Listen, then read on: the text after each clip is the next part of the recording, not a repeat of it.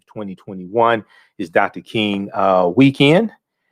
And, I've been re-airing some broadcasts I've done dealing with Dr. King on our Facebook fan page, The African History Network, The African History Network, and our YouTube channel, Michael Imhotep, Imhotep.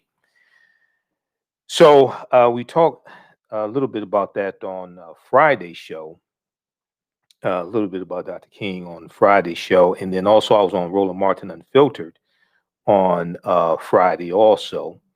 So on our, let's see, on the show tomorrow, we'll share some excerpts of me on Roland Martin Unfiltered and what we discussed.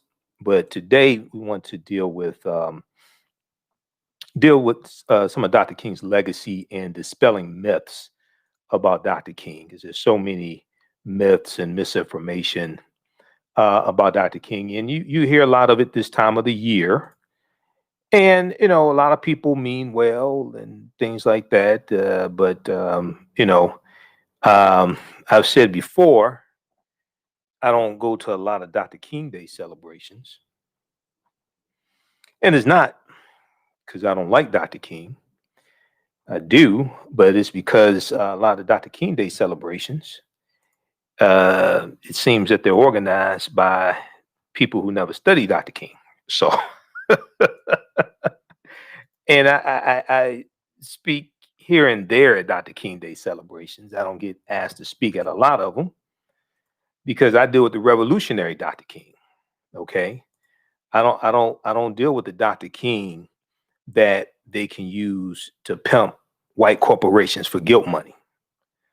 I don't deal with the Dr. King that is used to make white people feel comfortable with the oppression of African Americans. Okay, that's the distorted legacy of Dr. King. All right, so we deal with the real history and deal with the revolutionary Dr. King. Okay, so we're going to talk about some of that on today's show. I have some clips, some articles to share, and then also today is the birth date of another one of my heroes, the greatest of all time, Muhammad Ali. We know Dr. King's birthday is January 15th, okay, born in 1929. And then also today is the birth date of the greatest of all time, Muhammad Ali, born Cassius Marcellus Clay, okay, born in 1942. So you see me with one of my Muhammad Ali shirts on, right? And then you see Muhammad Ali behind me as well. Always have the two pictures of Muhammad Ali and Malcolm X behind me. All right, so we'll talk about this. So we'll do a Dr. King's distorted legacy. We'll deal with some myths about Dr. King, dispelling some myths about Dr. King. There's a good article from the Washington Post dealing with 5 myths about Dr. King, 5 myths about Dr. Martin Luther King Jr. This is written by Donna Murch. And we talked about that some before in this show. And we'll talk a little bit about Malcolm X as well, because they're all connected, all right? And I'm going to share an excerpt of a interview that Dr. King did in 1967, okay? 1967 with NBC News. This is from March. I think it's March 1967. I think no, it has to be May 1967. May 8th, 1967. And it's called After Civil Rights, Black Power. After Civil Rights, Black Power. Okay.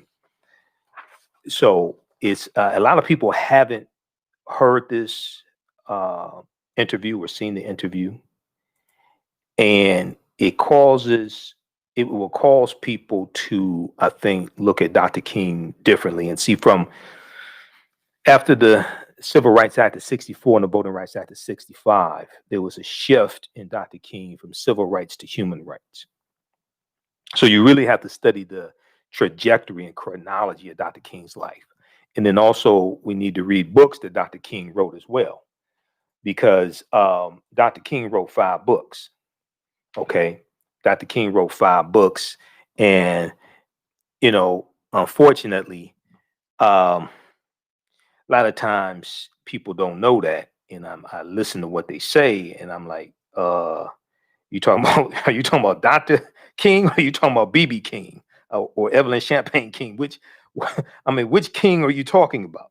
Okay, so this is Dr. King's last book, and probably to me his most important book. Where do we go from here, chaos or community?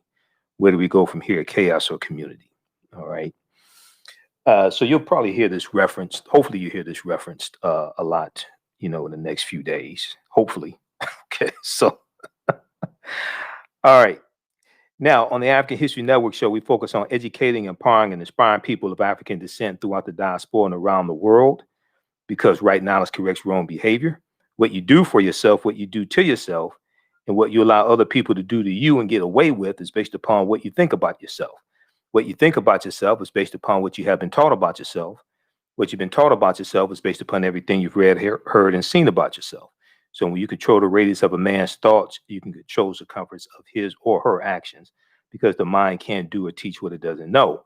Now, we deal with a number of different topics here on the African History Network show. We deal with current events in history and politics, education, economic empowerment, entrepreneurship, love, sex, health issues, and much, much more. Sign up for our email newsletter. Text the word Kemet, K-E-M-E-T, to 22828. Text the word Kemet, K-E-M-E-T, to 22828 to sign up for our email newsletter. Also visit our website, AfricanHistoryNetwork.com, AfricanHistoryNetwork.com, to sign up for our email newsletter as well. Okay. If you like this type of information, you can donate to the African History Network, $ the AHN Show, through Cash App, $ the AHN Show, through Cash App, and then also through PayPal, paypal.me /the AHN Show, paypal.me /the AHN Show. So the donations really help out, because we're here 6 days a week instead of 1 day a week. For 4 years, we were doing Sundays, 9 p.m. to 11 p.m. Eastern Standard Time, right here on 910 a.m. the Superstation WFDF in Detroit. As of October 12th, 2020, we started doing Mondays, Monday through Friday, 11 p.m. to midnight, and Sunday. So I'm on the air 6 days a week. So there's a lot of research, a lot of time commitment. So that definitely helps us keep doing the research, stay on the air, keep broadcasting, pay some of the bills, buy all this paper and ink that I keep going through as well. So we definitely appreciate that. So $ the AHN Show through Cash App, and then also through PayPal, paypal.me /the AHN Show, and at our website, AfricanHistoryNetwork.com, and all my DVD lectures and digital downloads are at our website, AfricanHistoryNetwork.com, including a presentation I've done dealing with the distortion of the legacy of Dr. Martin Luther King Jr., the revolutionary, will not be televised on the television. Okay, the distortion of the legacy of Dr. Martin Luther King Jr., the revolutionary, will not be televised on the television. We have that in DVD and digital download format. So we'll post a link to that also. Okay, so before the break here, we're coming up here on a break in a few minutes. I want to go to a little bit of, we'll jump into a little bit of this, I think, interview from, let's do this. We're going to go to the clip with Muhammad Ali, Jalen. We'll do that first, because that's only less than 2 minutes. And since we're coming up on a break, I don't want to break up the interview with NBC. So on March 30th, 1967, Muhammad Ali and Dr. King had a meeting. Muhammad Ali and Dr. King had a secret friendship. Okay, a lot of people don't know about this. There was a article from biography.com that talked about the secret friendship between Muhammad Ali and Dr. King, and an unexpected friendship, because Dr. King was a Baptist minister. Muhammad Ali was a minister in the Nation of Islam. And you would think, what's Dr. King doing with this black Muslim? What's Dr. King doing with him? All right. But they had a secret friendship. So there was a meeting that they had March 30th, 1967. And this is the month before Muhammad Ali refuses to be drafted into the army, which is going to be April 1967. And then this is also a few days before Dr. King officially comes out against the Vietnam War, which was April 4th, 1967. Okay, let's go to this clip, Jay. What did you discuss back in the hotel room? Nothing, just friends, just like Cruise Chef and Kennedy and everybody. When the people, all of the politicians of all other white races come together, and they, although they believe different, they think different, whites can come together and discuss the common cause. But whenever a few of us come together, the world is shook up. And I say, whatever went back there, it's our business. Reverend King, do you agree? Oh, yes, yes. We had a very good discussion on many matters. And, of course, these are not things that we would discuss here. But we do have common problems and common concerns. And above all, as Muhammad Ali has just said, we are all victims of the same system of oppression. And even though we may have different religious beliefs, this does not at all bring about a difference in terms of our concern. Do you share the same, one more question, do you share the same concern that Muhammad has for his draft status? Oh, I certainly do. My views on the draft are clear. I'm against it. And I think the sooner our country does away with the draft, the better it will be for everybody. I'm very disturbed about the militaristic posture of our nation. And I think until we have a radical reordering of priorities in our country, we're going more and more to the depths, and I should say to the doom that follows arrogance of power, as Senator Fulbright said. Okay, yeah, pause it right there. And I'm going to play that again. We're coming up on the break. I'm going to play that again. But Muhammad Ali said, he talked about the differences between he and Dr. King, but he said we're still brothers. At the end of the day, we're still brothers. And that's such a powerful statement. This is Muhammad Ali before he refuses to be drafted, okay, into the army, and he's going to be stripped of his title. The U.S. government did to Ali what no man in the ring could do to him, take away his title. And then when Dr. King comes out in opposition to the Vietnam War, April 4th, 1967, overnight, he becomes the most hated man in America. All right, we're going to deal with this on the other side of the break.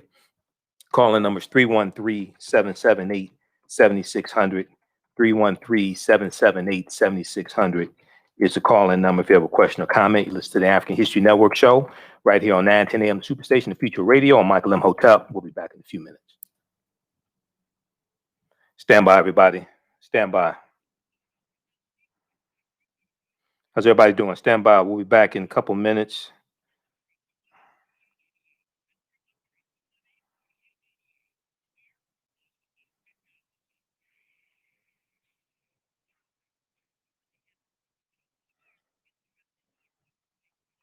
Stand by, everybody.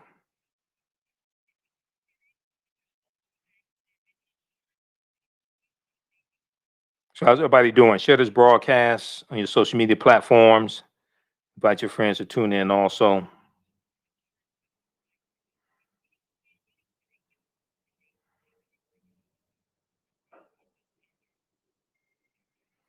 How's everybody doing? Okay, we got Rachel, TJ, just a few of the people watching, DJ Rihanna, Sherwin. Okay, we'll be back in a couple minutes. We're on commercial break here.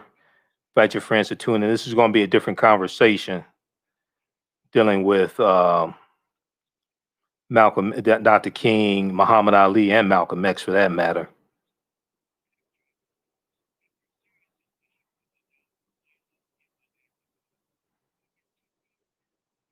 Okay, stand by, everybody.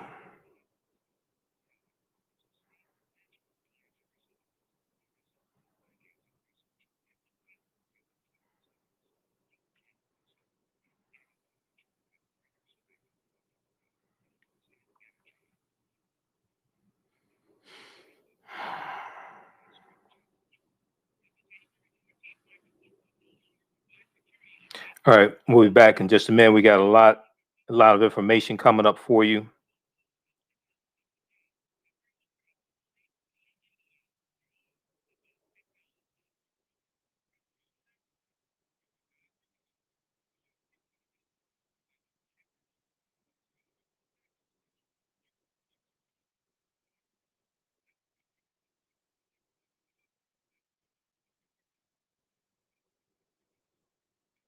Stand by.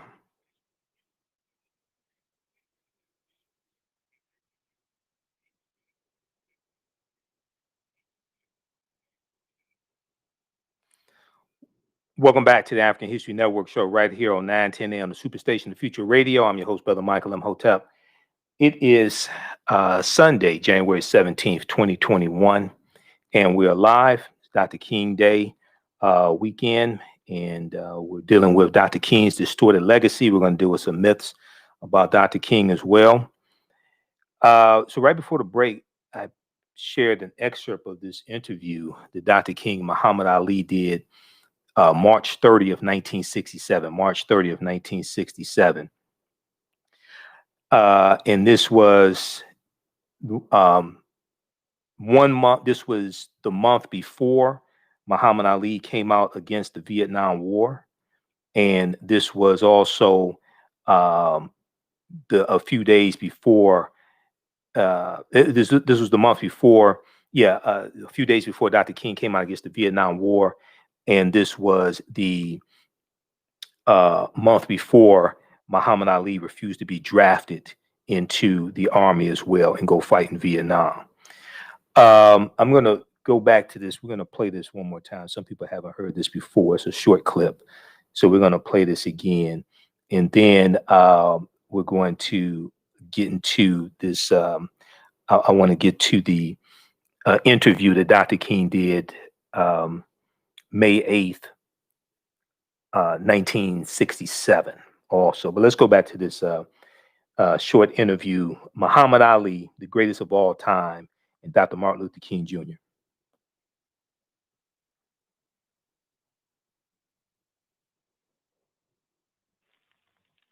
What did you discuss back in the hotel room? Nothing, just friends, just like cruise chef and Kennedy and everybody. When the people, all of the politicians of all other white races come together, and they, although they believe different, they think different, whites can come together and discuss the common cause. But whenever a few of us come together, the world is shook up. And I'll say, whatever went back there is our business.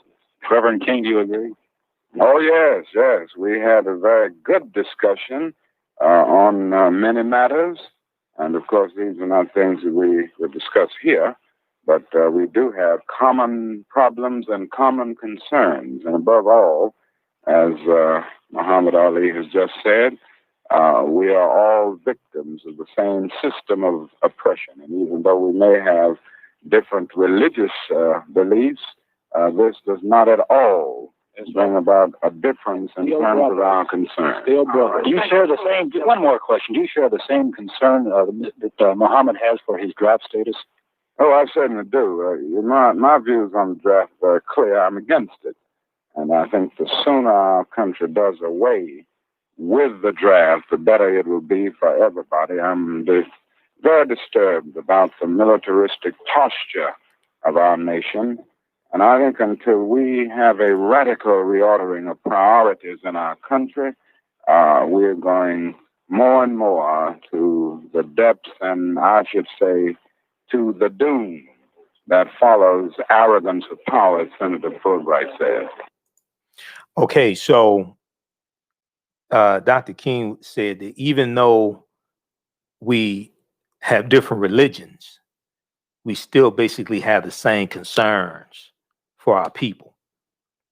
And Muhammad Ali said, we're still brothers.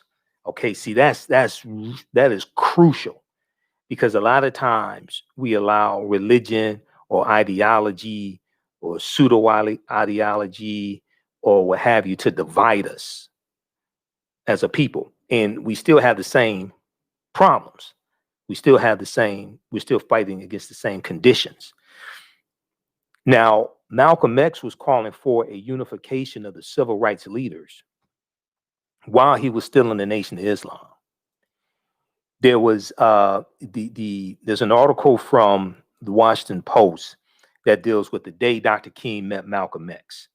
Okay, the day Dr. King met Malcolm X, and it talks about, well, first of all, when that was March 26, 1964, and when Dr. King meets Malcolm X, Malcolm X meets Dr. King. This is at the Senate debate, U.S. Senate debate for the Civil Rights Act of 1964. Okay, there's a debate going on. There's a filibuster taking place. There's an article from Deneen L. Brown for Washington Post. Martin Luther King Jr. met Malcolm X just once. The photo still haunts us with what was lost. The photo still haunts us with what was lost. And see, a lot of people don't know Malcolm joins the civil rights movement when he officially separates from the Nation of Islam. When we talk about Dr. King, we have to study the chronology of Dr. King's life and what period of time you're talking about. When we talk about Malcolm, it's crucial to study the chronology, the trajectory of Malcolm's life, what period of time that you're talking about. Because a lot of people want to quote Malcolm out of context. And it's like, is this Malcolm while he's with the Nation of Islam? Is this Malcolm when he left the Nation of Islam? Is this Malcolm before he left to go to Mecca, late April 64? Is this Malcolm before he went to Mecca? So Malcolm officially separates from the Nation of Islam March 8th, 1964. He meets Dr. King for the first and only time late March 64, but it's before he goes to Mecca. That was March 26, 1964. So when people talk about Malcolm's speech, the Battle or the Bullet, that he gave at least 3 times that I know of. First time, March 29th, 1964 in Washington Heights, New York. Second time, April 3rd, 1964 in Cleveland, Ohio. Third time, April 4th, 1964 in Detroit, Michigan at the historic King Solomon Baptist Church. When he gives that speech, it's a few days after he meets Dr. King. He references the Senate debate on the Civil Rights Act of 1964 because he was just there witnessing it on March 26, 1964. Okay, so, and then you got to study Malcolm's speeches after the Battle of the Bullet. Because some people act like that's the only speech Malcolm ever gave. Just like some people act like I Have a Dream, which was originally called Normalcy Never Again. I Have a Dream is not even the original name of the speech. A lot of people act like that's the only speech Dr. King ever gave. And then the speech was changed. The name of the speech was changed to A Canceled Check. Okay, so, but that's a powerful interview with Dr. King and Malcolm. I mean, Dr. King and Muhammad Ali. But July 31st, 1963, when Malcolm is still in the Nation of Islam, Malcolm sends a letter to the leading civil rights leaders, including Dr. King, and he's calling for he's requesting a meeting with the civil rights leaders, and he's calling for a unification of the civil rights leaders and their followers. Okay, and when Malcolm meets Dr. King, he tells Dr. King, "I'm throwing myself into the heart of the civil rights struggle. I'm throwing myself into the heart of the civil rights struggle." And Malcolm is calling for a unification of the civil rights leaders and their followers. And he says if John F. Kennedy can meet with Nikita Khrushchev, who was the leader of the Soviet Union at the time, he said if they can set aside their major differences and meet, then Negro leaders should be able to set aside our minor differences and meet. And he said we have to find a common solution to a common problem posed by a common enemy. This is Malcolm while he's still in the Nation of Islam. Okay, so Dr. King did so, and Malcolm said if you could not send if you cannot attend, could you send a representative? So Dr. King did not attend and did not send a representative either to that meeting. And that was the month before the March on Washington, which was August 28th, 1963. Okay, now the interview with Dr. King and Malcolm X. At this time, March 30th, 1967. See, Malcolm is already assassinated, February 21st, 1965. These two, Dr. King and Muhammad Ali, I should say, Dr. King and Muhammad Ali. These two were probably the most recognizable African-American men, definitely in America, probably in the world. Okay. And you're talking to both of them at the same time. There's an article from biography.com, and I've talked about this before, from January 14th, 2020, January 14th, 2019, and it was updated January 21st, 2020. It's called Martin Luther King Jr. and Muhammad Ali's Surprising Secret Friendship. Martin Luther King Jr. and Muhammad Ali's Surprising Secret Friendship. Okay, and their birthdays are close to each other as well. Dr. King's was January 15th. Muhammad Ali is January 17th. But very quickly here, it talks about how in 1961, an athlete named Cassius Clay prepared for a bout with Duke Sabadong in Las Vegas. The 10-round boxing match was the young boxer's seventh, but his swagger and charm had already gained him admirers. That day, the man who would soon become Muhammad Ali received a telegram from an unexpected correspondent. Quote, "Your youthful good humor, physical prowess, and flippant charm have made you an idol to many American young people. May God protect you and your opponent in the coming contest." It was signed Martin Luther King Jr. Now, it was an overture to an unlikely friendship, one that took place on the stormy stage of the civil rights movement, though it is uncertain how many times Dr. King and Muhammad Ali met during their lifetimes. They were friends. But publicly, the two men could not have been more opposed, and their secret friendship was only revealed to the public through surveillance files that showed the FBI had long been following both of them. Okay, it's only revealed through surveillance files that show the FBI had been following them. Now, there's a new documentary out, and let me know if you've seen it. There's a new documentary out dealing with Dr. Martin Luther King Jr. and the FBI and the surveillance that the surveillance the FBI was doing on Dr. King. And I'm going to pull this up here. There was an article from New York Times dealing with this, and there's also one from NPR, National Public Radio. MLK FBI humanizes a civil rights icon's legacy. So if you've seen that documentary, give me a call. Let me know what you think about it. And I have to check that out. I still have to watch. I have to watch also One Night in Miami. That just became available on Amazon Prime. So that's about a fictitious account of a night in 1964 Miami with Malcolm X, Muhammad Ali, Jim Brown, and Sam Cooke. They meet at a hotel. We've talked about that here before.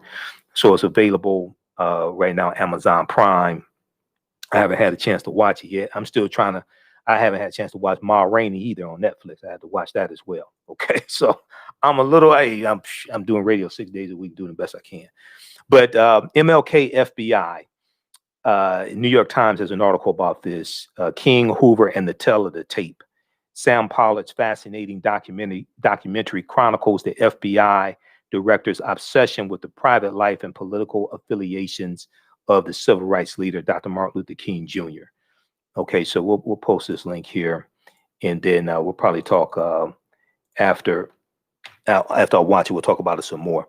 But the calling number is 313-778-7600. 313-778-7600 is the calling number if you have a question or comment. 313-778-7600 is the calling number if you have a question or comment.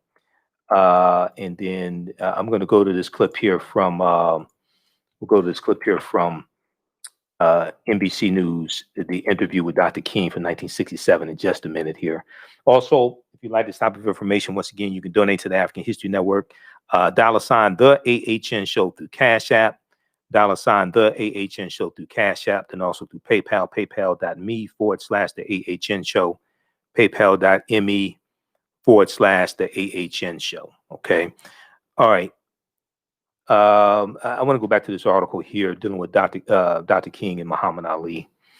So despite their differences, Dr. King and Ali had a strong bond. The bond between Dr. King and Muhammad Ali was surprising.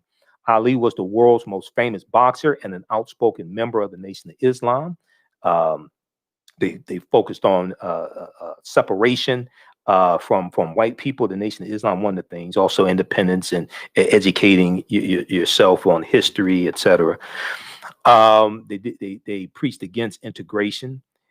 Now, that was the opposite of Dr. King's ideas of nonviolent protests, and his main focus was on desegregation, not integration. And there's a difference there.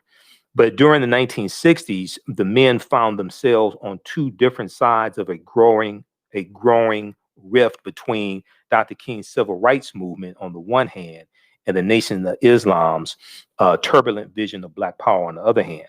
But the men had much in common. Both had grown up in the segregated South. So Dr. King in Atlanta, Georgia, and Muhammad Ali in Louisville, Kentucky. And I've actually been to the Muhammad Ali Museum in Louisville, Kentucky. I was speaking in Louisville back in 2000, either 12 or 2013. I was speaking there with Professor Kabahaya Watakamene, who's in the Hidden Colors documentaries. He's one of my teachers. So we were doing a presentation together there in Louisville. It was actually a screening of Hidden Colors 2. And we were doing questions and answers after the screening. And we went to the Muhammad Ali Museum. Also, it's a fantastic museum there they have of Ali. But the men had much in common. Both had grown up in the segregated South. They were arguably the two most famous African-American men in America. Dr. King for his protests and preaching, Ali for his astonishing athleticism. And by the end of the 1960s, they were two of the most hated men in the United States. By the end of the 1960s, they were two of the most hated men in the United States. Racists branded them both with ugly stereotypes. They decried Dr. King's insistence on the dignity and worth of African-American men and his agitation on behalf of the poor, and derided Muhammad Ali's insistence on Black pride, from his name change in 1964 to his resistance to the Vietnam War as a white man's fight. Publicly, the men could not seem more opposed. Integration is wrong, Muhammad Ali said in 1964, when Dr. King was at the height of his visibility for nonviolent protests and calls to integrate or desegregate African-American people into white society. And the real fight was, we wanted first-class citizenship. We wanted all of our rights now. We wanted equal access. Okay, the fight, we weren't trying to give up our neighborhoods and give up our businesses and things like that. At the same time that you have the civil rights movement taking place, you also have the U.S. Interstate Highway Acts in 1952 and 1956 that are driving thousands of miles of interstate highway throughout African-American communities, disrupting our communities, wiping out a lot of our homes, wiping out a lot of our businesses. This is at the same time that the civil rights movement is taking place. Okay, so check out this article here from biography.com. Meanwhile, Dr. King repeatedly declined to engage with the Nation of Islam and turned down an invitation by Malcolm X, the Nation of Islam's most visible figure, to march together. Quote, I totally disagree with many of his political and philosophical views, end quote, Dr. King said later. And Dr. King turned down the opportunity. Malcolm was inviting the civil rights leaders back in July 31st, 1963. He was inviting them to a rally in Harlem, okay? And Dr. King declined. But February 24th, 1966, Dr. King meets with who? The Honorable Elijah Muhammad. Dr. King and Coretta Scott King go to Elijah Muhammad's house in Chicago, and Dr. King has a meeting with him. Now, this is almost a year to the date after Malcolm was assassinated. Okay, this was February 24th, 1966. All right, so read this article here from Biography. I want to go to the clip here from NBC News. So May 8th, 1967, NBC News did an interview with Dr. King at Ebenezer Baptist Church in Atlanta, Georgia. The interviewer's name is Sander Vanacore, Vanocur. And they're talking about a new phase in the civil rights movement and they're talking about after civil rights, Black power. After civil rights, Black power. Let's go to this clip. Country. Is there something about nonviolence that made it, and I use that in the past tense, that made it more useful among Southern Negroes than the ghetto Negroes of the North? I wouldn't say there's anything that makes it more useful to Southern Negroes. I think it is true that we've had more nonviolent movements in the South because the problem for many years was more crystallized and, in a sense, more visible in the South. We didn't have many civil rights activities on a massive scale in the North until 3 or 4 years ago. So I would say that we just haven't had a chance to experiment on a broad scale with nonviolence in the Northern ghetto. I have the feeling that nonviolence is as applicable and workable in the Northern ghetto as it is in the South. There's a larger job there. The frustrations at points are much deeper. The bitterness is deeper. And I think that's because in the South, we can see pockets of progress here and there. We've really made some strides that are very visible, and every Southern Negro knows that he can do things today that he couldn't do 4 or 5 years ago. Whereas in the North, the Negro sees only retrogress, and he doesn't find it as easy to get his vision centered on his target, the target of opposition, as he does in the South. Consequently, this is made for despair and at many points cynicism, a feeling that you can't win. And it simply means that we've got to develop in the North a massive job of organization and mobilizing forces and resources to deal with the problem in the urban ghettos of the North, just as we've done it in the South. In the South, particularly in Alabama, you had visible villains, Jim Clark, Bull Connor, cattle prods, police dogs. But in the North, you don't have those visible villains. Isn't it hard to get your people aroused and directed at something that isn't visible? Well, that's exactly right. And this is what I was saying when I said it's harder to see a target. In the South, in the nonviolent movement, we were aided always, on the whole, by the brutality of our opponent. It isn't the same way in the North. The other thing is that you don't have legal segregation in the North as you do in the South. So it is much more difficult to get people to see exactly what you're doing, but it isn't an impossible job. It's a hard, it's a tedious job at times to get people to be aroused from their apathetic slumbers, but I still feel that Negroes in the North can be motivated just as they were motivated in the South. And I think as time goes on, with the growing economic deprivation in the Negro community, it will even be easier because people will come to see that not only is something wrong in general, but something is wrong in particular in their own economic and housing situations. What is it? I mean, how do you find it? It's very subtle in the North, is it not? It's subtle, but it's becoming much more visible. Anybody can see that the schools are more segregated in the North today than they were in 1954 when the Supreme Court rendered its decision declaring segregation unconstitutional. Anybody can look around the ghetto and see that ghetto schools are predominantly segregated and devoid of quality. Anyone who moves through a major ghetto of our country will see the housing conditions. People don't have to be reminded that they are forced to live in slums in many instances, and they're often rat-infested, vermin-filled slums. And it isn't too hard to see the exploitation that the Negro confronts in the ghetto, where he is forced to pay more for less and constantly trying to make ends meet, but because of either no job as a result of unemployment or a job that is so economically unprofitable that the person can't make ends meet. And I think they see all of these things, and more they're coming to see them, because before the people of the North were looking to the South, and they supported the struggles of the South. Now they're coming to see that their problems are very real, and they've got organized to grapple with them. Was there something hypocritical about the fact that the South existed and the North could point the finger?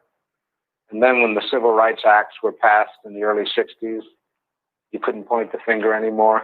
Well, there was no doubt about the hypocrisy of large segments of the nation on the whole question of racial equality. I think the best example is that many of the senators from the North and the West, and congressmen generally, who voted for civil rights legislation in 64 and even in 65 of the Voting Rights Bill, refused last year to vote for civil rights legislation because it dealt with an issue applicable to the North, the whole housing question. And this, it seems to me, was the greatest expression of the hypocrisy of many of our citizens and many of the senators and congressmen of the North. But isn't that pause it right there. Pause it right there, Jalen. That people knew that Negroes.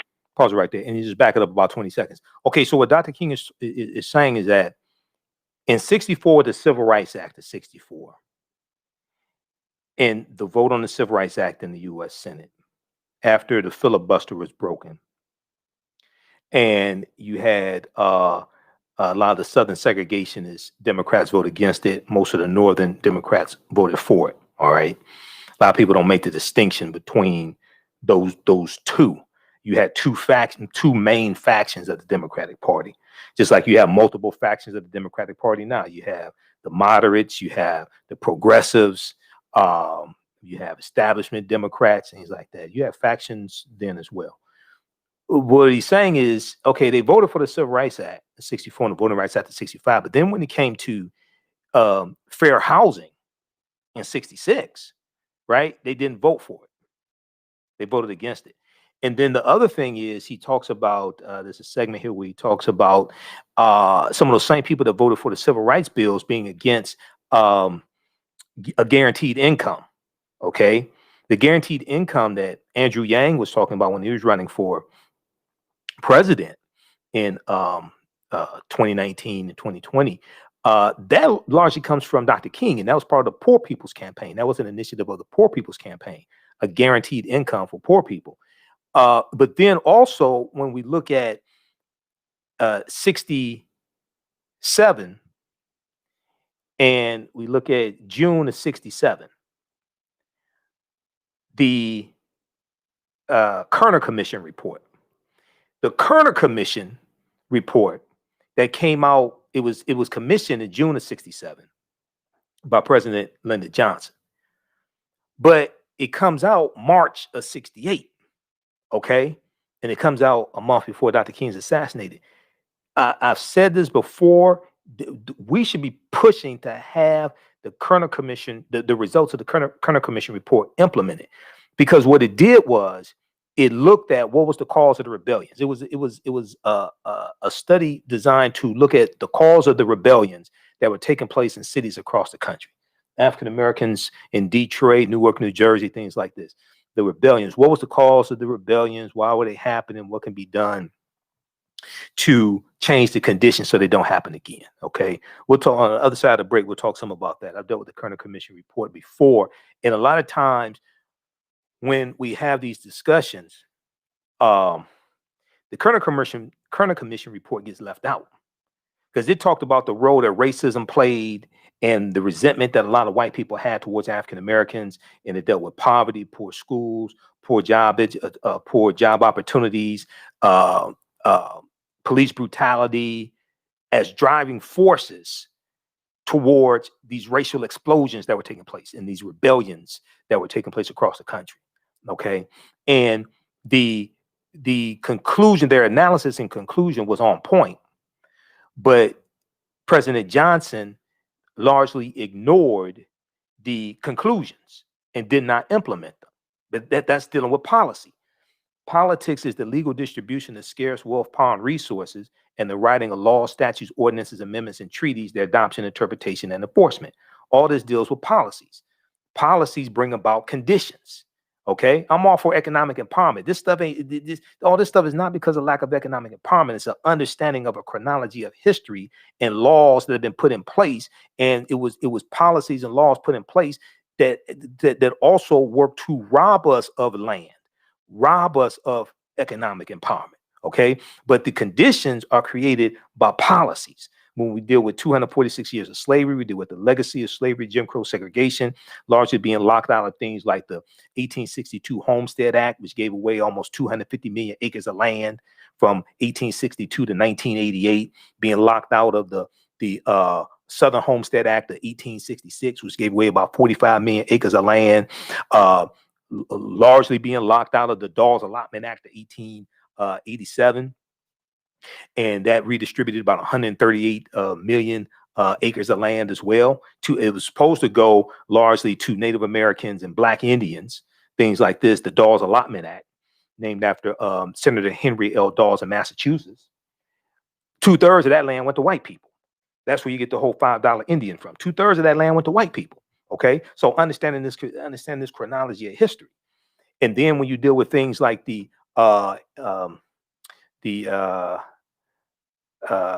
overtaxation, overassessment of tax liability for properties, for land. Okay, this was one of the main ways that our land was taken away from us. Tax assessors over assessing the tax liability, or how much we have to pay in taxes for land that we own, farmland, things like this. And then when we can't pay the inflated tax assessment, then we lose our land. All right. This is one of the tools that was used to rob us of our land. There was economic empowerment, but there were laws and policies that robbed us of that economic empowerment. And then there was also laws and policies that locked us out. For instance, when you deal with after the Civil War ends, and you deal with a lot of major labor unions being created, like the National Labor Union, 1866. And these labor unions are being created to lock African Americans out of these skilled trades that we have been doing for free for 246 years, because these labor unions were only for white men, and various industries had to have contracts with these labor unions, and that they could only hire white men to lock us out of these jobs, because there were at least 262 skills, trades, and crafts that African people had in this country from 1619 to 1865. Okay, and then after slavery ends, now we can compete for these jobs. Now we're largely being locked out of these jobs and trying to lock us back into an agricultural basis, in the sharecropping, things like this, and to keep us from competing for these jobs, because our skill set, blacksmiths, coppersmiths, barrel makers, engineers, anchor makers, all different types of things like this, our skill set was as good as white people, or in many cases even better than white people. Okay, so it's understanding this chronology of history and the laws and policies that have been put in place to lock us into this condition. So that comes from understanding politics and law. Okay, economic empowerment has its place, but we're not in this predicament because of economic empowerment. We're in this predicament because of laws and policies that create conditions and attack us. All right, we're coming up on a break. We'll deal with this on the other side of the break, and we'll go back to this interview with Dr. King after Civil Rights, Black Power. This is from May 8th, 1967. You listen to the African History Network show right here on 910 AM, the Superstation, Future Radio, Michael Imhotep. And then also 910 AM welcomes former mayor of Flint, Michigan, Karen Weaver, the one and only Dr. Karen Weaver, to the airways starting Tuesday, January 19th. Karen Weaver will air Monday through Friday, 8 a.m. to 9 a.m. Eastern Standard Time. That's Dr. Karen Weaver. Call her by her correct name. We'll be back in a few minutes.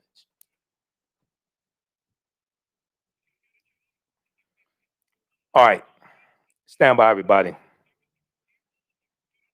Yeah, people are losing their home to high taxes. See, that's historic. There was $600 million in over tax assessment here in Detroit. Thousands of people lost their homes right here just recently. The story just came out in 2020, I think it was, about the overtax assessment. $600 million. That's historic. Okay, if you look at there's an article from New York Times, Black people's land was stolen. Black people's land was stolen And this deals with its history. I got a ton of information on this. This is from New York Times, June 20th, 2019, by Andrew W. Carl. And I've talked about it here on this show before. Okay. And this deals with the various ways. Another method using the law is called heirs property. Heirs property. And that's another way we lost a lot of our land like that we had in the South. Okay. So this is all dealing with understanding law. Politics is the legal distribution of scarce wealth, power, and resources, and a writing of laws, statutes, ordinances, amendments, and treaties, their adoption, interpretation, and enforcement. Okay, stand by, one commercial break. Okay. All right. Okay, let's see. Now I mentioned the Kerner Commission report. Now I got to look at my information on the Kerner Commission report. Now, where the hell did I put all that stuff? Because I've got it here. I talked about it recently. Kerner, hold on. You know what? Is it in the? Is it in my civil rights folder? Stand by. We're on commercial break, everybody. I got to get ready for this next segment because we talked about the Kerner Commission report. Hold on. Stand by. I got it here somewhere. One of these days, I got to go back through and organize all these file folders I have, because I have crates. I have like 2 big crates full of file folders with articles, but I got all this stuff here next to me also. I got to go back through and organize this stuff here. Where the hell did I do that, Kerner Commission? All right, hold on. Stand by, everybody. Let me see. Okay. Never mind. Detroit, 910 AM Superstation, a division of Adele Media. Welcome back to the African History Network show right here on 910 AM, the Superstation, the Future Radio. I'm your host, Brother Michael Imhotep. It is Sunday, January 17th, 2021. And we are live. It's Dr. King Day a weekend, and everybody's going to be celebrating Dr. King Day and talking about how he just wanted everybody to love everybody. He was a man of peace and things like that. They're not going to deal with the revolutionary Dr. King. They're not going to talk about the Dr. Most likely, they won't talk about the Dr. King that met with the Honorable Elijah Muhammad February 24th, 1966. They won't talk about the Dr. King who had a secret friendship with Muhammad Ali. They won't talk about the Dr. King who in 1957 went to the celebration of Ghana's independence, and he went to meet with Kwame Nkrumah. And then each year on the anniversary of Ghana's independence, he goes back to Ghana. They won't talk about the Dr. King that studied the independence movement, the African independence movement on the continent of Africa as well, because the civil rights movement was happening concurrently with the African independence movement as well. And they were learning from one another. Okay. They're watching our struggle, and we're watching theirs. So right before the break, I talked about 262 skills, trades, and crafts that African people had in this country from 1619 to 1865, and how after the Civil War ended, you have a lot of these major labor unions created. You have American Federation of Labor created about it's about right around 1875, something like that. And these are labor unions created for white people, white men, and they're designed to lock African Americans out of these jobs that we have been doing for free for 246 years. So at the Charles H. Wright Museum of African American History, and the call-in number is 313-778-7600, 313-778-7600. It's a call-in number. We'll go to the phone lines in a few minutes here. At the Charles H. Wright Museum of African American History, there's a display when you go through the main exhibit and Still We Rise. You go through the replica of the slave ship, and then they have statues of different periods of time dealing with history and dealing pertaining to slavery. And you'll see Frederick Douglass and Harriet Tubman, things like this. There's a display on the wall, and it lists the 262 skills, trades, and crafts that African people had in this country from 1619 to 1865. Okay. And that information comes from a book called The Other Slaves. The Other Slaves and Mechanics, Artisans, and Craftsmen by James E. Newton and Ronald Lewis. James E. Newton and Ronald Lewis. And that book came out in 1978. Okay. So what happened was there was a sign up above the display, and it said you can't take pictures, right? So I went home, got a pen and a pad, came back, and I spent an hour writing them down, and I numbered them. That's how I know they're 262. And here's a copy of it. Okay. I was looking for this a few days ago. It was another one of my file folders. I made different copies of this. But we were anchor makers, we were artists, bakers, barkers, barrel makers, bartenders, basket makers, beer makers, blacksmiths, boarding housekeepers, boat corkers, boatmen, bonnet pressers, book binders, boot blacks. Boot blacks are shoe shine people who shine shoe shinemen. Okay, that's what Dick Rowland was. Dick Rowland, when you deal with the Tulsa massacre, June 1st, 1921, Tulsa, Oklahoma, Black Wall Street, and Dick Rowland and Sarah Page. And there were allegations that Dick Rowland sexually assaulted Sarah Page or assaulted her or what have you. He was a boot black. Okay, he was a shoe shineman.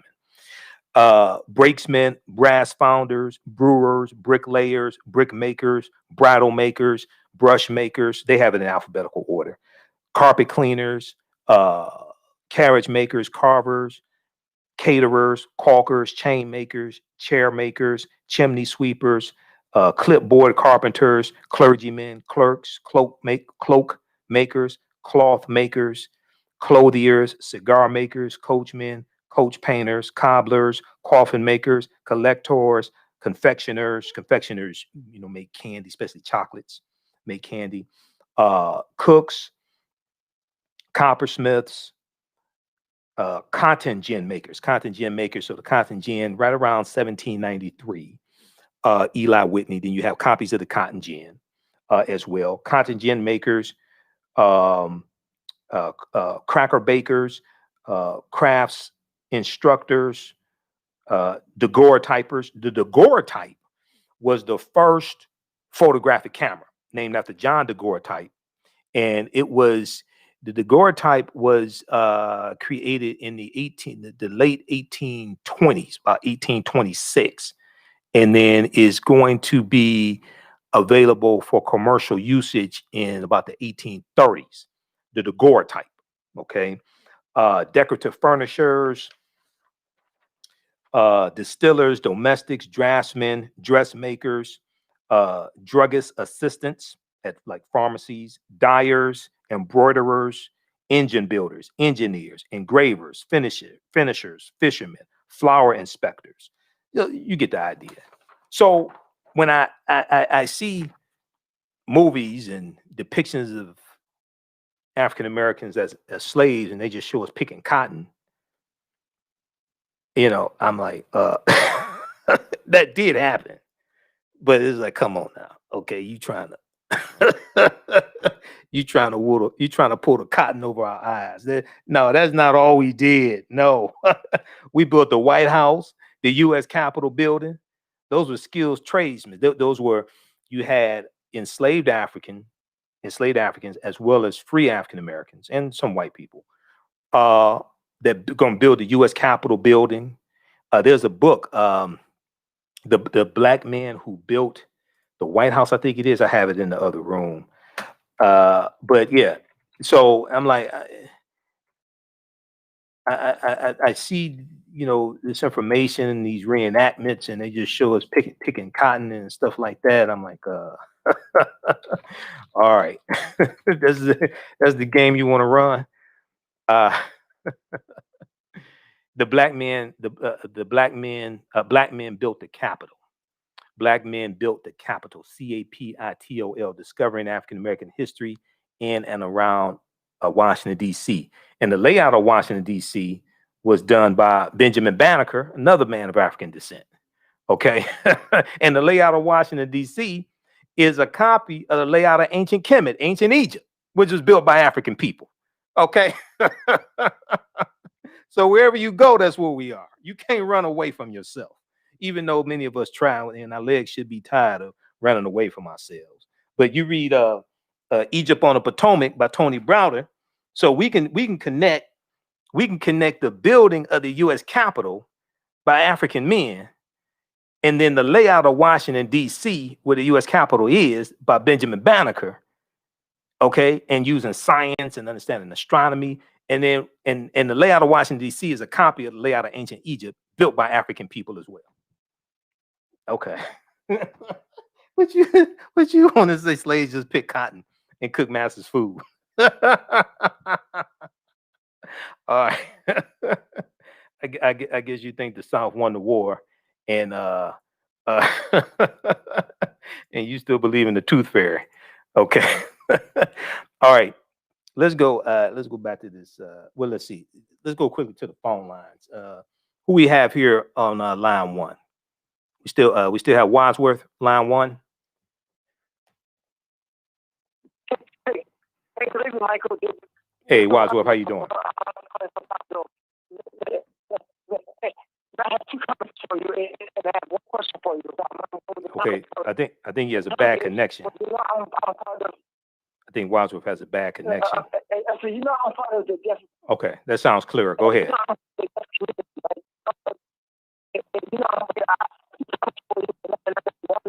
Okay, he has a bad. Hey, Jalen, help him out with his connection. It's a bad connection. Sounds like he's underwater.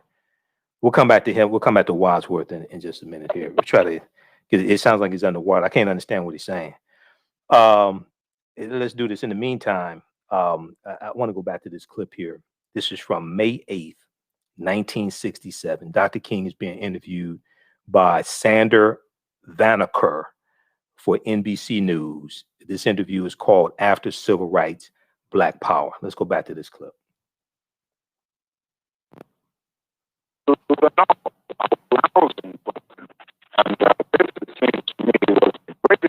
Okay, hold on. Okay, hold on, Jalen. This is okay. Play it on your end. I'm gonna call back in because it's a bad connection somewhere. I'm gonna disconnect and call back into the station, Jalen. I can't even understand the clip now. Something happened. Let me disconnect and I'll call right back. All right, stand by, everybody. Hold on. This is live radio. We're broadcasting remotely, and something happened. The clip was playing well right before the break. I don't know. Stand by. All right, Jalen, can you hear me? Okay. All right. Okay. All right. Let's go back to the clip, Jalen. Thank you. Okay. I think the dilemma is much deeper. And one, during this period of transition, has to be very honest with America. And honesty impels me to admit that America has broad racist elements still alive. Racism is still existing in American society in many areas of the society, North and South. And the other thing is that there has never been a single, solid, determined commitment of large segments of white America on the whole question of racial equality. I think we have to see that vacillation has always existed, ambivalence has always existed, and this to me is the so-called white backlash. It's merely a new name for an old phenomenon. I see the white backlash as a continuation of the same ambivalence and vacillation of white America on the whole question of racial justice that has existed since the founding of our nation. I think the other thing that we must see at this time is that many of the people who supported us in Selma, in Birmingham, were really outraged about the extremist behavior toward Negroes. But they were not at that moment, and they are not now, committed to genuine equality for Negroes. It's much easier to integrate a lunch counter than it is to guarantee an annual income, for instance, to get rid of poverty for Negroes and all poor people. It's much easier to integrate a bus than it is to make genuine integration a reality and quality education a reality in our schools. It's much easier to integrate even a public park than it is to get rid of slums. And I think we are in a new era, a new phase of the struggle, where we have moved from a struggle for decency, which characterized our struggle for 10 or 12 years, to a struggle for genuine equality. And this is where we're getting the resistance, because there was never any intention to go this far. People were reacting to Bull Connor and to Jim Clark rather than acting in good faith for the realization of genuine equality. Hey, pause it right there, Jalen. Hey, pause right there. Back that up for about a minute. Back it up for about a minute. He said, Dr. King said there was never really a genuine intent by white people for African Americans to have full equality. They'll integrate a lunch counter. They'll desegregate the buses.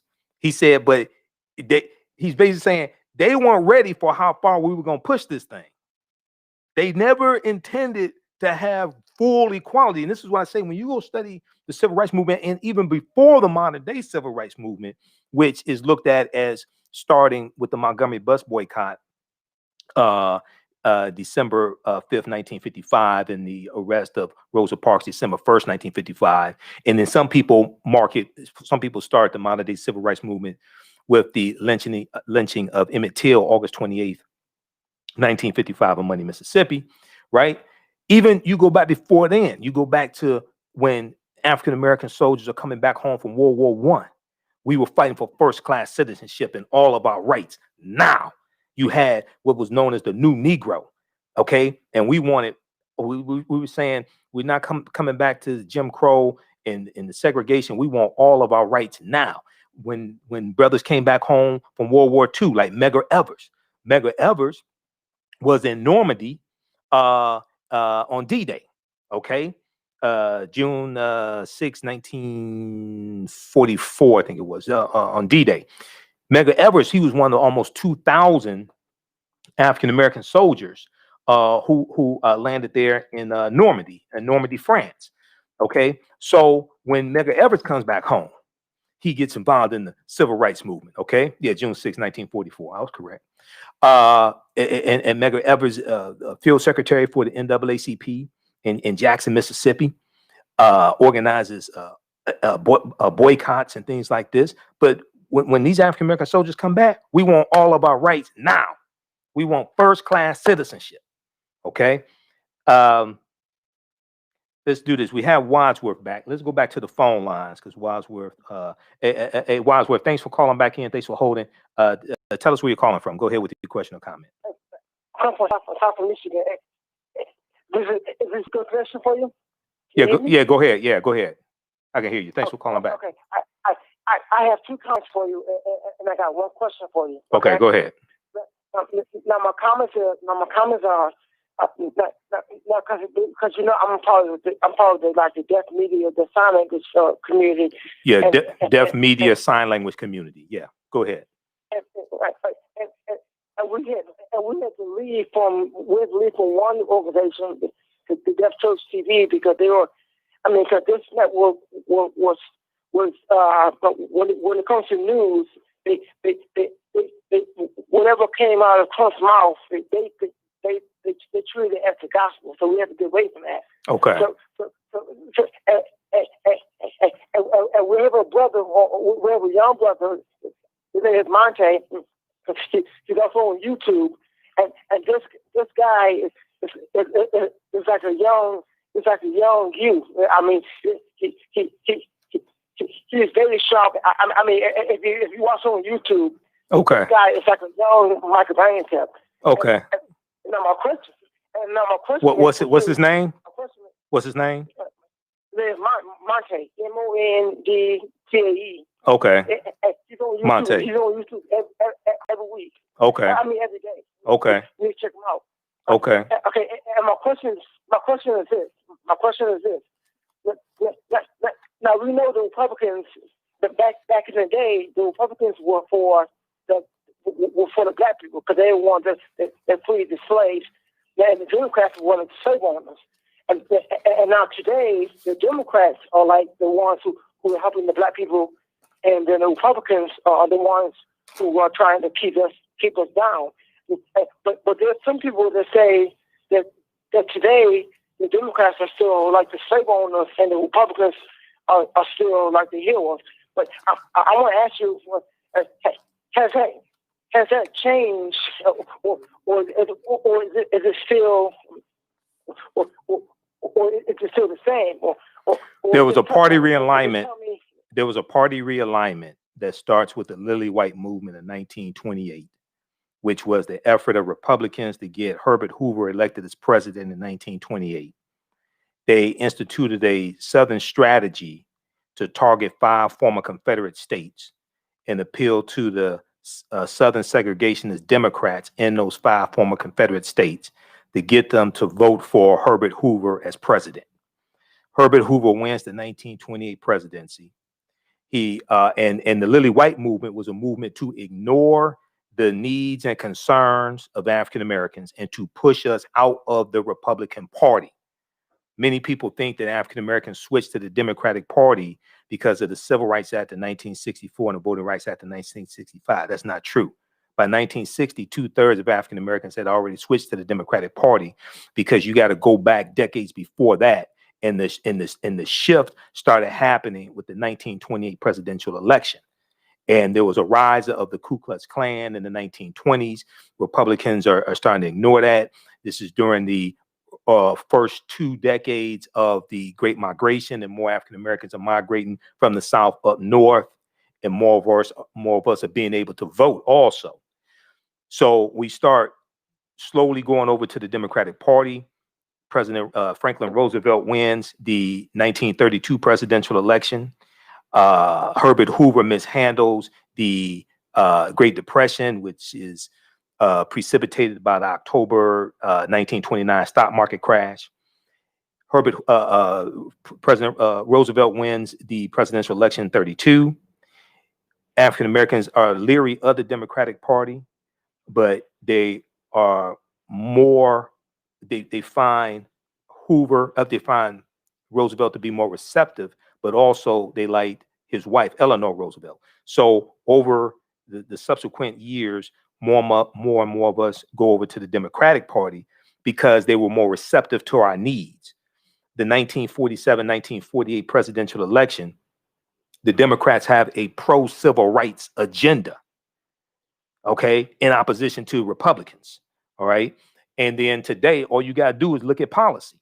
We deal with policy on the show. All you have to do is look at policy at the national level, the federal level, House of Representatives, U.S. Senate. The policies of Democrats, okay, in general, not every single policy, but in general, are more beneficial to African Americans than policy of Republicans. Look who's blocking raising the federal minimum wage from $7.25 to $15 an hour. That's Republicans. That passed the House of Representatives in like June or July 2019. Okay, when you deal with things like the George Floyd Police and Justice Act, who blocked that in the Senate? Those Republicans. This passed the House of Representatives. When you go across the board, you look at environmental racism, you look at making college affordable, you look at relieving college debt. All you got to do is just look at the debate over coronavirus stimulus checks. Who was blocking that? Mitch McConnell didn't even want to take that up. Mitch McConnell. Oh, we got to go to break. Stand by. Listen to the African History Network show right here on 910 AM, the Superstation Future Radio. I'm Michael Imhotep. We'll be back in a few minutes.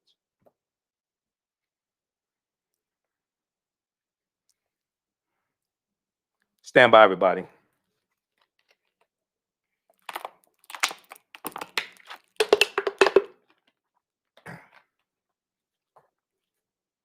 All right, one commercial break. How's everybody doing? Share this broadcast on your social media platform. Invite your friends to tune in also. Somebody said LBJ redlining. Redlining goes back to 1937.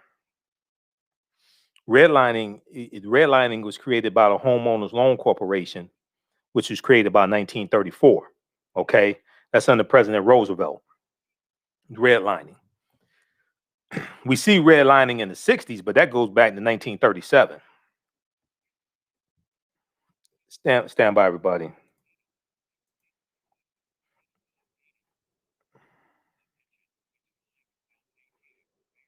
All right, we're coming back for the last segment. We got to wrap this up. Okay, African American business owners, post the name of your business here on the thread of the broadcast. We'll let you know how you can advertise with the African History Network. Email us at customerservice@AfricanHistoryNetwork.com. Customer service at AfricanHistoryNetwork.com. Stand by. We're on commercial break. We'll be back in a couple of minutes. We're going to have to get through some more of this stuff on Monday's show. I got a ton of information for y'all. I haven't even gotten through. Damn. I haven't even gotten through 20. I haven't even gotten through 20% of this information. I was just pulling stuff together because I have a ton of information on Dr. King. I haven't even gotten to the 8-page article I've written on Dr. King. We'll do that Monday night. We have to do a whole week. We have to do a whole week. Welcome back to the African History Network show right here on 910 a.m. the Superstation, the Future Radio. I'm Michael Imhotep. It is Sunday, January 17th, 2021. It is Dr. King Day weekend. We know Dr. King Day is coming up. I want to remind you all that starting on Tuesday, January 19th, 2021, Dr. Karen Weaver, former mayor of Flint, Michigan, will start her show right here on 910 a.m. the Superstation WFDF. You can listen to her Monday through Friday, 8 a.m. to 9 a.m. Eastern Standard Time. So we call her Mayor Dr. Karen Weaver, okay? She has a doctorate. She was a psychologist, if I remember correctly. And they need to send her to Washington to deal with some of those crazy ass people in Washington. She has a psychology degree, but listen to Mayor Dr. Karen Weaver. All right. Hey, if you like this type of information, also you can donate to the African History Network. $ the AHN Show through Cash App. $ the AHN Show through Cash App, and also through PayPal, paypal.me/the AHN Show, or at our website, AfricanHistoryNetwork.com. That helps us keep broadcasting 6 days a week, because we're here Monday through Friday, 11 p.m. to 12 midnight Eastern Standard Time, and Sundays, 9 p.m. to 11 p.m. Eastern Standard Time. You know, throughout the day, we rebroadcast a lot of these shows and a lot of my presentations on our Facebook fan page, The African History Network, The African History Network, and my YouTube channel, Michael Imhotep. So we do rebroadcast throughout the day. And then these shows are in audio podcast format also at, if you go to AfricanHistoryNetwork.com, click on Listen to Podcasts. We're on 9 different podcast platforms, including iHeartRadio, Castbox, FM Player, TuneIn. So wherever you get your podcast from, search for the African History Network show, the African History Network show, also wherever you get your podcast from. Okay, we're going to go back to Wadsworth for a quick minute. I got to wrap up with Wadsworth and then get back to this, because as I was saying during the break, hold on just a second, Wadsworth. As I was saying during the break, I got so much information here, Dr. King. I've only gotten through barely gotten through 20% of the information I have. So we're going to continue with some of this throughout the week, okay? But go ahead, Wadsworth, with your last comment. My last comment is this, Michael. If you're not, I don't know if you're aware of this, but if you know about Byron Allen, he just purchased Right TV for NGM-TV. The Griot TV, Byron Allen, the Griot TV. Yeah. I've talked about it here on this show. Now he has that network, and you can watch that network. I'm a part of that. I'm part of that network, and I'm so excited to help promote that network in the area, because it's on 3.1 Detroit. Right. Now, Wadsworth, I don't know if we are supposed to use this station to promote that. I don't know. Okay, because usually they don't do that. but I get your point, though. Well, the point I want to make is it's so awesome that it's so awesome that we have one black we have one black person that actually doing something for that. Right. No, he's doing some good things. Yeah. Yeah. We share articles from thegrio.com here. And I've talked about him launching his network. He has April Ryan as a White House correspondent also. Okay. All right. All right. Thanks, Wadsworth. Call back tomorrow night. Okay. All right. All right. Yeah. And check out the articles from thegrio.com as well. Okay. Let's see. Okay. Let me get this other call quickly here. We've got Willie. Willie line 2. Willie, welcome to the African History Network show. Thanks for holding. Tell us where you're calling from, Willie. Hey, Mr. Imhotep, and good Sunday night. I'm calling you from the Motor City, okay, aka Detroit. Okay. Hey, I'm really. You can tell I'm really enjoying your program tonight. Oh, thank you. About the great Martin Luther King Jr. Mm-hmm. But you reminded me of something. You know, I saw years ago on another journalist program. Okay. His program was TV, mm-hmm. and he was just like yourself. You know, he would really bring, information. Was that Tony Brown? That the media passes over. Was that? No. His name was Mr. Hodel. He was on TV 33. Okay. This was some years back. Oh, Hodel. Yeah. Okay. I wanted to know if did you have any information on or know about there was a afternoon TV talk show host here named Mike Douglas, and he interviewed Martin Luther King. Oh, you're talking about the TV show. You're talking about the TV show, right? The Mike Douglas show. Right. Yeah, I remember the Mike Douglas show. That's from the 1970s. Yeah, I remember the Mike Douglas show. Okay. Man, I haven't heard of Mike Douglas in years, man. No, but this is what I'm saying. Yeah. Mr. Hodel showed a clip mm-hmm. where Mike Douglas interviewed Martin Luther King, mm-hmm. and I, it's been some years back. I've seen that clip. Foggy, but yeah, I've seen that clip. Mm-hmm. I've seen that clip. Yeah, okay. It's on YouTube. So you know about it. It's on YouTube.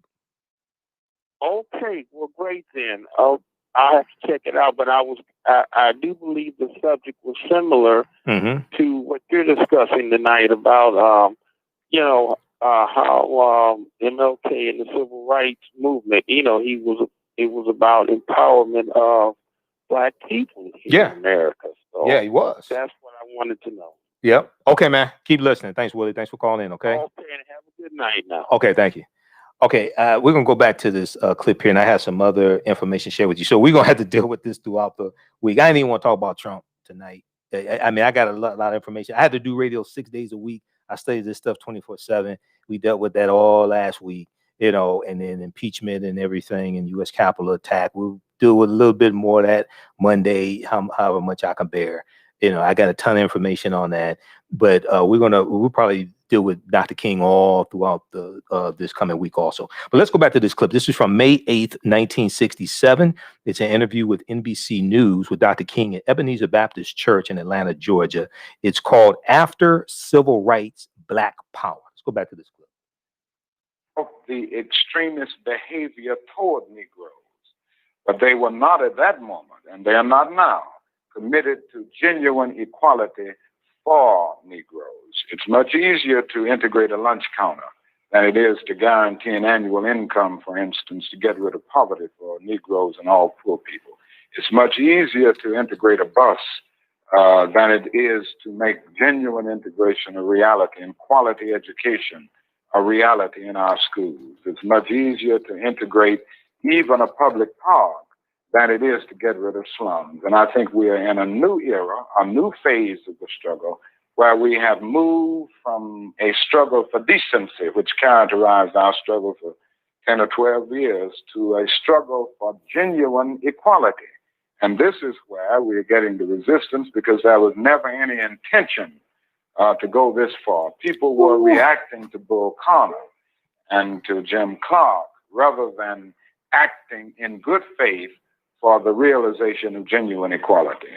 Do you think white people in this country, and I'm talking about non-segregationists, people thinking they're devoid of racism, do you have any idea of what they want the Negro to be in America?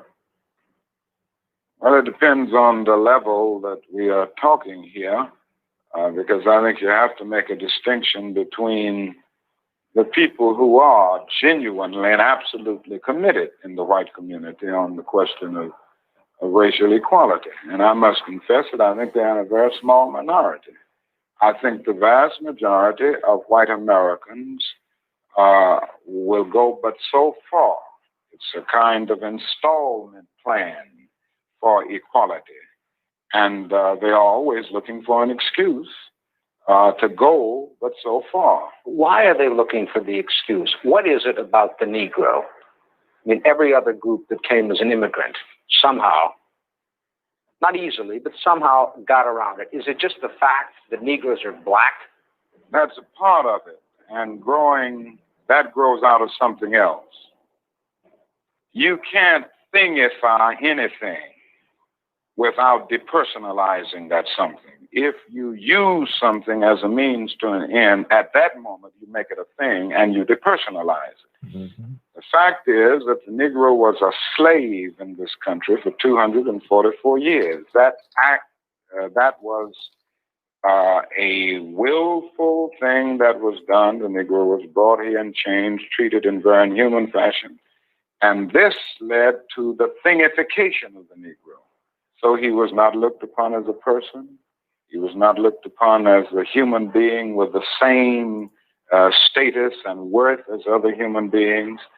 And the other thing is that human beings cannot continue to do wrong without eventually rationalizing that wrong. So slavery was justified morally, biologically, theoretically, scientifically, everything else. And it seems to me that white America must see that no other ethnic group has been a slave on American soil. That is one thing that other immigrant groups haven't had to face. The other thing is that the color became a stigma. American society made the Negro's color a stigma. And that can never be overlooked. So I think these things are absolutely necessary. The other thing is that America freed the slaves in 1863 through the Emancipation Proclamation of Abraham Lincoln, but gave the slaves no land or nothing in reality, and as a matter of fact, to get started on. At the same time, America was giving away millions of acres of land in the West and the Midwest, which meant that there was a willingness to give the white peasants from Europe an economic base.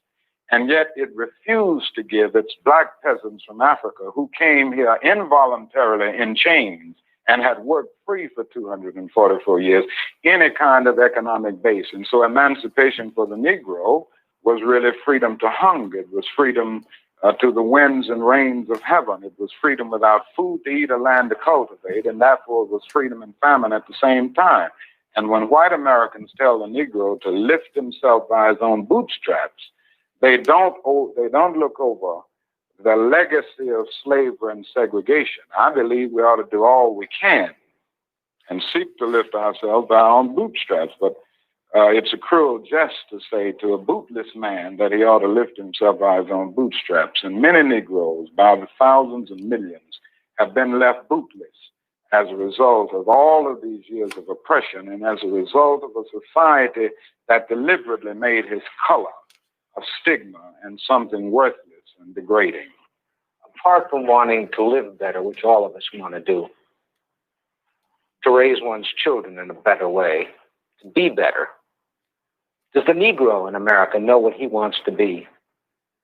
I'm convinced that almost every Negro in this country, other than those who have been so scarred by the system that they've become pathological in the process, and we all have to battle with pathology, and nobody really knows what it means to be a Negro unless one can really experience it. And I know we all have to battle with this constant drain of a feeling of nobodiness.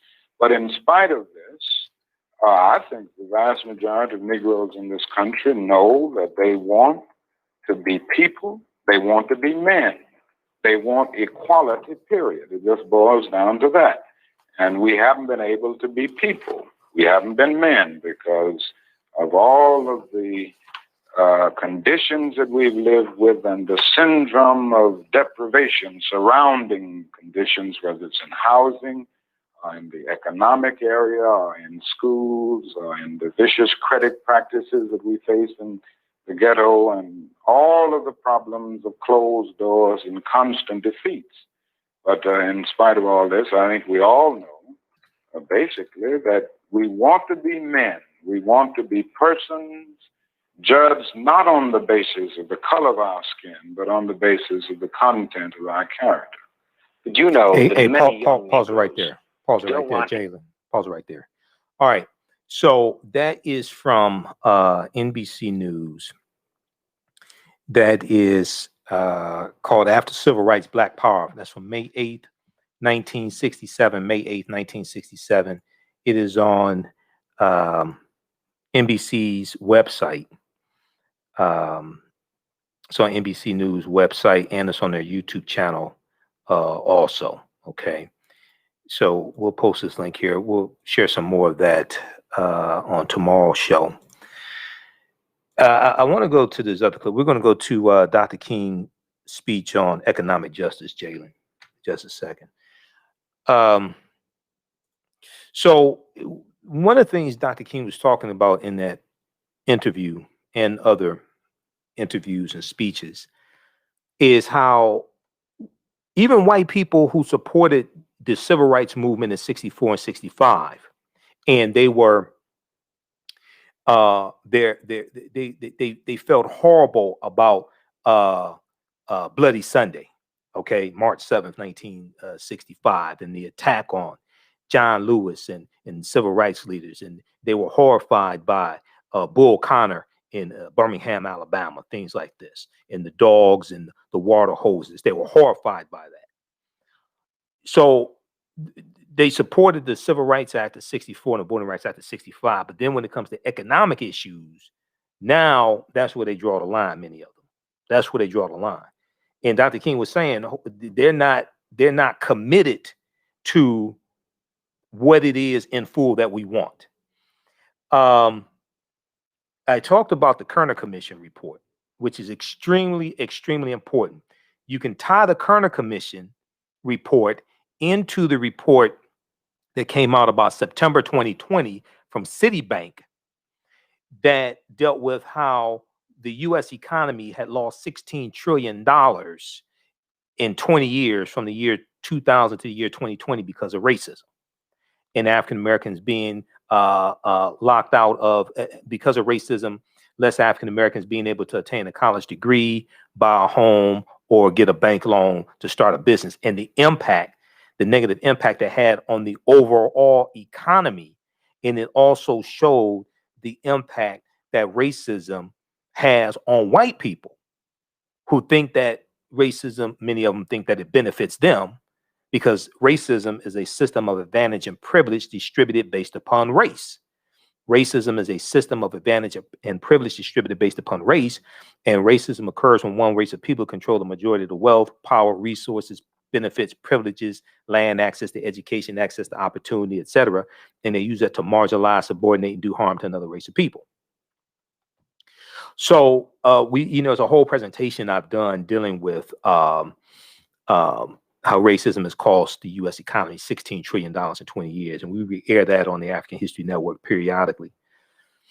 So if we look at the Kerner Commission report, blackpast.org, BLPAST, blackpast.org, has an article, 1967 National Advisory Commission on Civil Disorders. And very quickly, we'll talk about this throughout the week also. They talk about the Kerner Commission, which was commissioned by President Lyndon Johnson, July 28, 1967. It was actually the day after the Detroit Rebellion of 67 ended. And the Kerner Commission was designed to answer three questions. It was, they wanted to look at what caused the three questions were: what happened, why did it happen, and what can be done to prevent racial disturbance in the future. What happened, why did it happen, and what can be done to prevent racial disturbance in the future.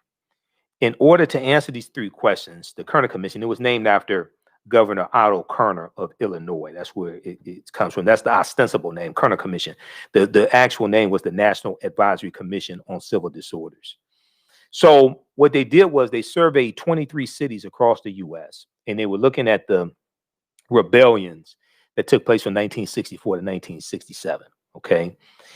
And the commission surveyed 23 cities across the nation which experienced a racial rebellion. They found that the racial disturbances were not the result of a single triggering event, but that in all cities surveyed, African Americans experienced severe economic and social disadvantages compared to whites. Severe economic and social disadvantages compared to whites. So we look at, before the break, I was talking about Republicans blocking $2,000 stimulus checks. Okay. Republicans not wanting to make a full commitment to fight coronavirus that disproportionately negatively impacts African Americans. And all you have to do is look at Mitch McConnell. Back during the summer of 2020, he let the U.S. Senate go on a recess for 1 month. They hadn't passed the coronavirus bill. Okay, they hadn't, because Democrats passed the $3.4 trillion HEROES Act in May. It was May 15th, 2020. It goes to the Senate and it died in the Senate. And then McConnell let the Senate go on a recess for a month. The $600 and $600 a week in federal unemployment insurance was set to expire July 31st, 2020. Everybody knew that. They didn't pass a coronavirus bill in the Senate to match the HEROES Act passed in the House by Democrats. The unemployment insurance expires. That runs out. The $600 a week in federal unemployment insurance wears out. Then they had time to get Amy Coney Barrett confirmed to the U.S. Supreme Court in 8 days because Donald Trump thought that would help him steal the election in the U.S. Supreme Court. The day after they got Amy Coney Barrett confirmed, Mitch McConnell sends the U.S. Senate on another recess, and they still hadn't passed a coronavirus bill. Okay?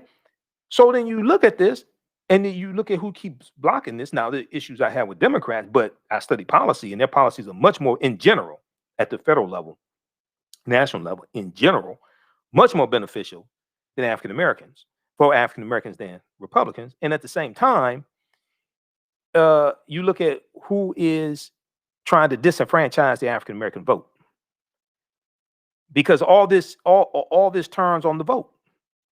Policies are put in place by people who write laws, where they're voted in office, or they're appointed by somebody who was voted in the office.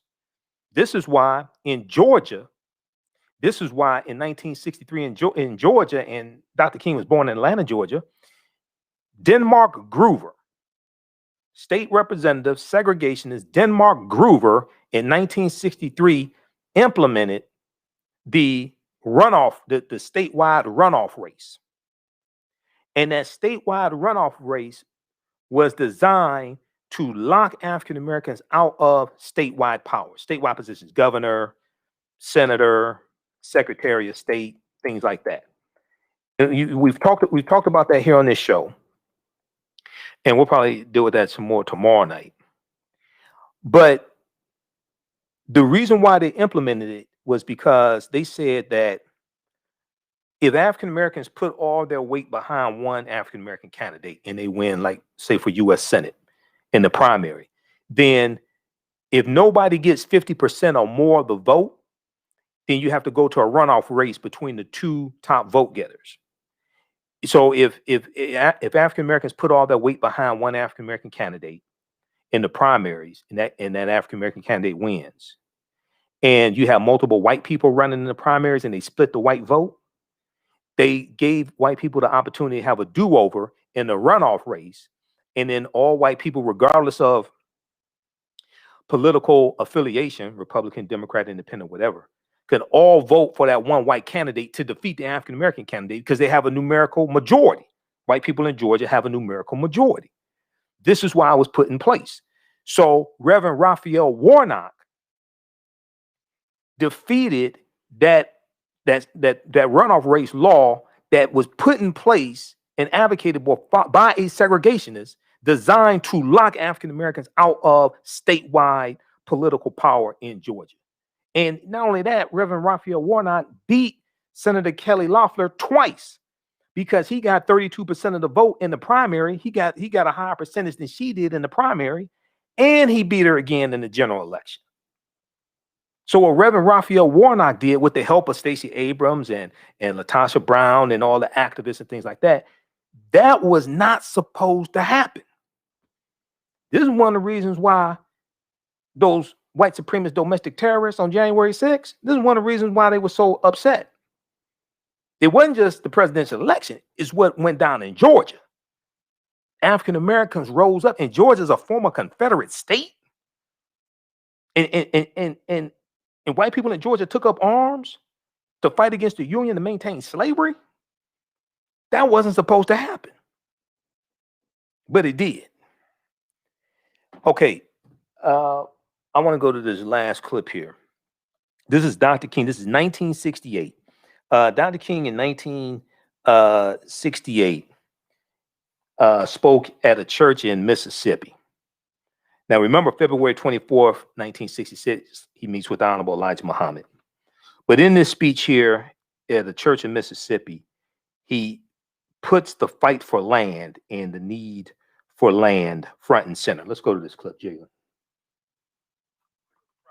At the very same time that America refused to give the Negro any land, through an act of Congress, our government was giving away millions of acres of land in the West and the Midwest, which meant that it was willing to undergird its white peasants from Europe with an economic floor. But not only did they give the land, they built land-grant colleges with government money to teach them how to farm. Not only that, they provided county agents for their expertise in farming. Not only that, they provided low interest rates in order that they could mechanize their farm. Not only that, today many of these people are receiving millions of dollars in federal subsidies not to farm, and they are the very people telling the black man that he ought to lift himself by his own bootstraps. This is what we are faced with, and this is a reality. Now, when we come to Washington in this campaign, we are coming to get our check. Okay, pause it right there. Pause it right there. Okay, so the campaign he's talking about, people think he's talking about reparations. He's not talking about reparations. He's talking about the poor people's campaign. This is why you got to understand context. People just pull stuff out he's talking about the poor people's campaign. This is 1968, early 1968. Okay, so this is what Dr. King is talking about. Okay, people just try to just make stuff up, But he said we're coming to get our check. He's talking about laws and policies and how laws and policies were used to lock African Americans out of land giveaways, massive land giveaways that then allowed white people to acquire land and have assets to pass on to future generations. All right. So check out the research the Homestead Act of 1862. History.com, official website of the History Channel. They have an article there dealing with the Homestead Act of 1862, and then also research the Southern Homestead Act of 1866. Read the article. Read the book, How White Folks Got So Rich: The Untold Story of American White Supremacy, as well. How White Folks Got So Rich: The Untold Story of American White Supremacy. And they talk about Dr. King in that speech from 1968 in Mississippi on page 74 of the third edition. Page 74 of the third edition. I just sent you an email, Jalen. We're going to go to that clip next here. We're going to squeeze that in. So I talked about Georgia and Reverend Raphael Warnock. Okay, and also some of you all know Reverend Raphael Warnock is receiving death threats, and one of the people who was arrested at the U.S. Capitol during that insurrection, one of those domestic terrorists, threatened Reverend Raphael Warnock. So News1.com has an article: Proud Boys member denied bail after threatening to kill Reverend Raphael Warnock. Okay, this is from January 15th, 2021, and it talks about here. Let's see. Eduardo Floria, a member of the white supremacist group, was detained in Queens, New York on Tuesday with over 1,000 rounds of ammunition after police uncovered Floria's post on Parler, the social media platform Parler, favored by white nationalists, as reported by the Wall Street Journal. So he said, F. Reverend Raphael Warnock, loser. Floria responded to another user on the site under the name of okay, so they made some type of threat to him. Though authorities do not believe Floria attended the riot on January 6th, his intentions were made clear through his Parler post. Now they also mentioned this other idiot, Jacob Anthony Chansley, and he's asking for a pardon. Prosecutors allege his own quote words and actions at the Capitol supports that the intent of the Capitol rioters was to capture and assassinate elected officials in the United States government, end quote, according to The Hill. We know the lead prosecutor has backed away from that definitive statement at this point, but we listened to them chanting hang Mike Pence also.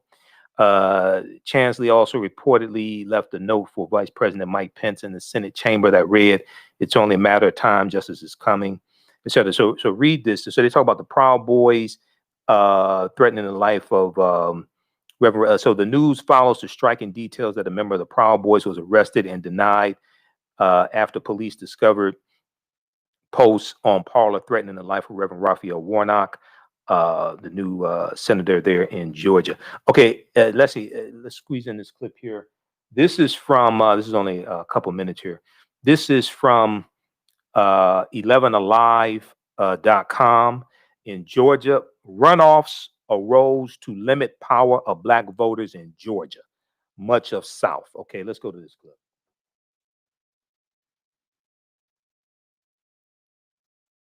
Has shifted to the center of the political universe with 2 Senate races. The process of runoff elections may seem fairly simple, but these contests once served a racially motivated purpose. 11 Alive's Joe Hankey with more for us tonight.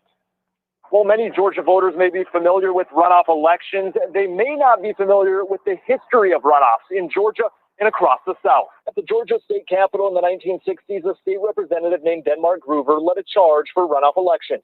A federal report looking at civil rights in America calls Groover a staunch segregationist who pushed for runoffs in Georgia as a way to challenge growing Black political power. And, quote, support for the majority vote plan reinforced the moderate segregationist position. It did not remove anyone's right to cast a ballot, but it was commonly regarded as hampering African Americans to stigmatize Black voters.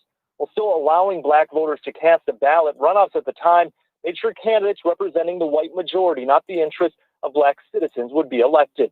They don't function precisely that way anymore, but one has to wonder what function they do at. Cal Jolson is a political science professor at Southern Methodist University in Dallas, Texas.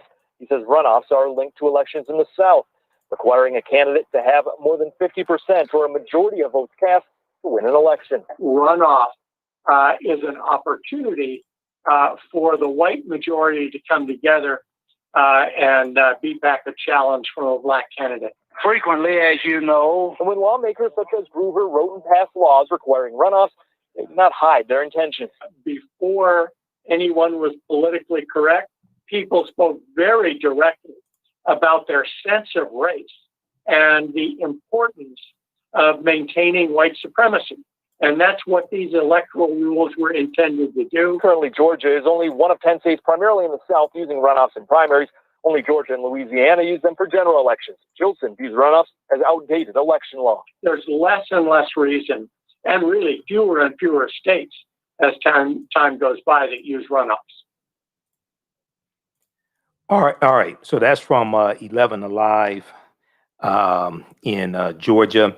Check out the article, Runoffs Arose to Limit Power of Black Voters in Georgia, Much of South Experts Say. That's from November 9th, 2020 at 11alive.com. All right. Hey, we have the lecture that I did, The Distortion of the Legacy of Dr. Martin Luther King Jr., the Revolutionary, will not be televised on the television. We just posted the link here. It's about a 2-hour presentation. We have it on digital download and DVD. And it's available at our website, AfricanHistoryNetwork.com, AfricanHistoryNetwork.com. Also, if you'd like this type of information, you can donate to the African History Network, $ TheAHNShow through Cash App, $ TheAHNShow through Cash App, and also through PayPal, paypal.me/TheAHNShow, paypal.me/TheAHNShow as well, okay? Or at our website, AfricanHistoryNetwork.com. That helps us keep broadcasting 6 nights a week, keep doing the research, stay on the air, pay some of the bills, etc. We have to get out of here. We'll be back Monday. We're here Monday through Friday, 11 p.m. to 12 midnight Eastern Standard Time, and Sundays, 9 p.m. to 11 p.m. Eastern Standard Time. Stay tuned for Pastor Mo. Remember, right now is correct. Wrong behavior is not over till we win. Wakanda forever. We'll talk to you tomorrow night. Peace.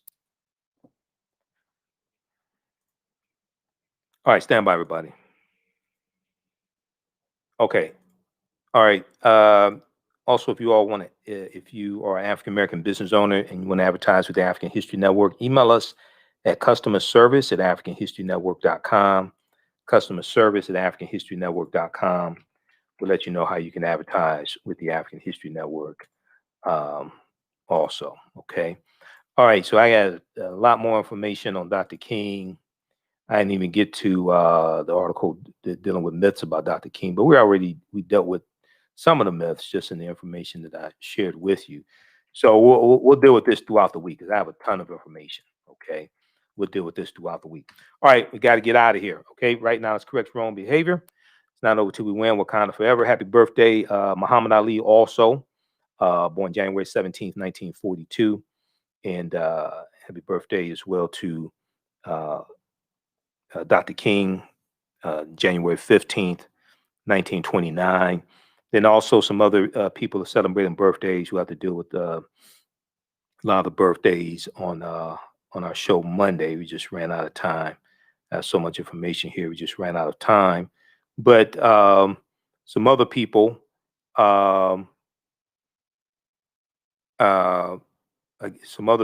celebrating birthdays, some other celebrities. Steve Harvey, born January 17th, 1957. He turned 64 years old. Also, Maxine Jones of the legendary group In Vogue. She was born January 16th, 1962. She turned 59 today. Love In Vogue. We know that Saturday, January 16th, was the birth date of one Sade. Oh, I remember when Sade came out, when she first came out. So Sade, of Nigerian ancestry, she turned 62 years old as well. And also Aaliyah. You see Aaliyah behind me over here to my left. Aaliyah, born January 16th, 1979. Also, we know she passed away tragically in a plane crash August 25th, 2001. Born Aaliyah Dana Halton on January 16th, 1979. Okay, born in Brooklyn, New York, and raised in Detroit, Michigan. Okay, we got to get out of here.